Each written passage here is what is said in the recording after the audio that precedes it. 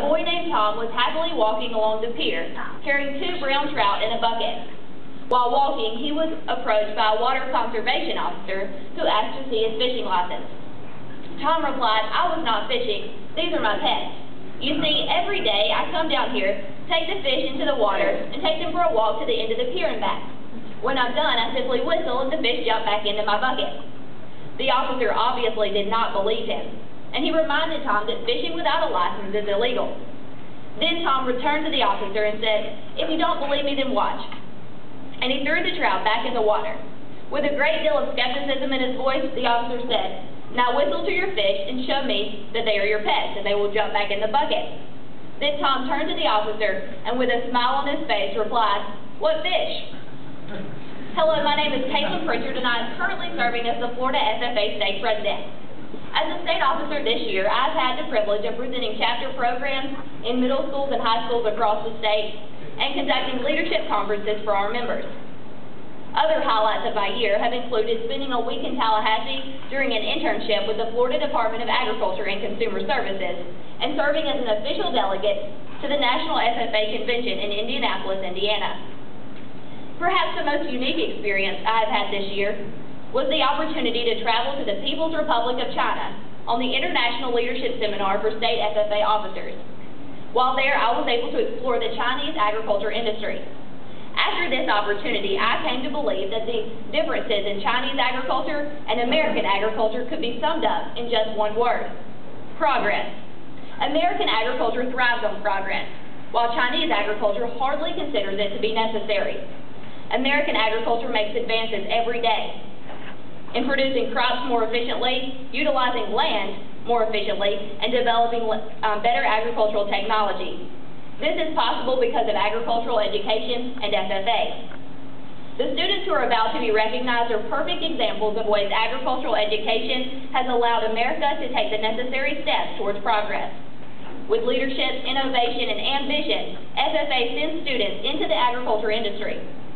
These are the future leaders of our state and nation, who will continue to make progress for American agriculture. Throughout the year, I've been trying to communicate this message to industry representatives, legislators in both Tallahassee and Washington, D.C., and anyone else I have come in contact with. All of these experiences and my effort to communicate this message have taught me many lessons, but one stands out.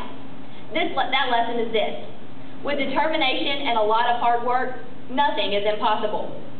A year ago, I would have said that this lesson sounded cliche, but after witnessing FFA members in action, I know it to be a reality. To illustrate this, consider a story about one of the most famous magicians of all time.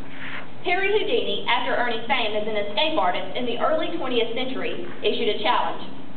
He claimed he could be locked in any jail cell in the country and set himself free within minutes. It didn't take many successful tries before Houdini began to have a track record of doing just that. One time, however, he had a more difficult time escaping. Houdini entered a jail cell wearing regular street clothes. The heavy metal doors clanged shut behind him, and he took from his belt a strong but flexible piece of metal. He set to work on the lock to his cell, but something seemed different about this particular lock. For 30 minutes, he worked without any results. Soon an hour had passed, and Houdini knew this was much longer than the usual amount of time it took to free himself. He began to sweat and pant in exasperation. Still, he could not pick the lock. Finally, after laboring for 2 hours, Houdini, feeling a sense of failure closing around him, leaned in frustration against the door that he could not unlock. To his amazement, as he collapsed against the door, it swung open. It turns out the door had never even been locked in the first place. How many times are challenges or doors locked just because we think they are? When we put our energy and minds towards them, we often find seemingly impossible tasks turned into achievements. If those 33 farm boys in 1928 had thought that forming the nation's largest youth organization was impossible, we would not be standing here tonight. They knew that it was important to bring industry representatives, teachers, and students together to solidify support for agricultural education. Since that time, SFA has unlocked countless doors that to others may have seemed locked. Before 1965, it probably seemed impossible to effectively integrate the new farmers of America with the future farmers of America. But thanks to the determination of FFA members, that door was unlocked. African American students were then allowed to join this incredible organization. Before 1969, it probably seemed impossible to effectively integrate women into the FFA. But thanks to the vision of FFA members, that door was also unlocked. Countless other monumental events in FFA history have proved that nothing is impossible. Serving as the Florida FFA state president this year has given me many opportunities to see the accomplishments of Florida FFA members this year.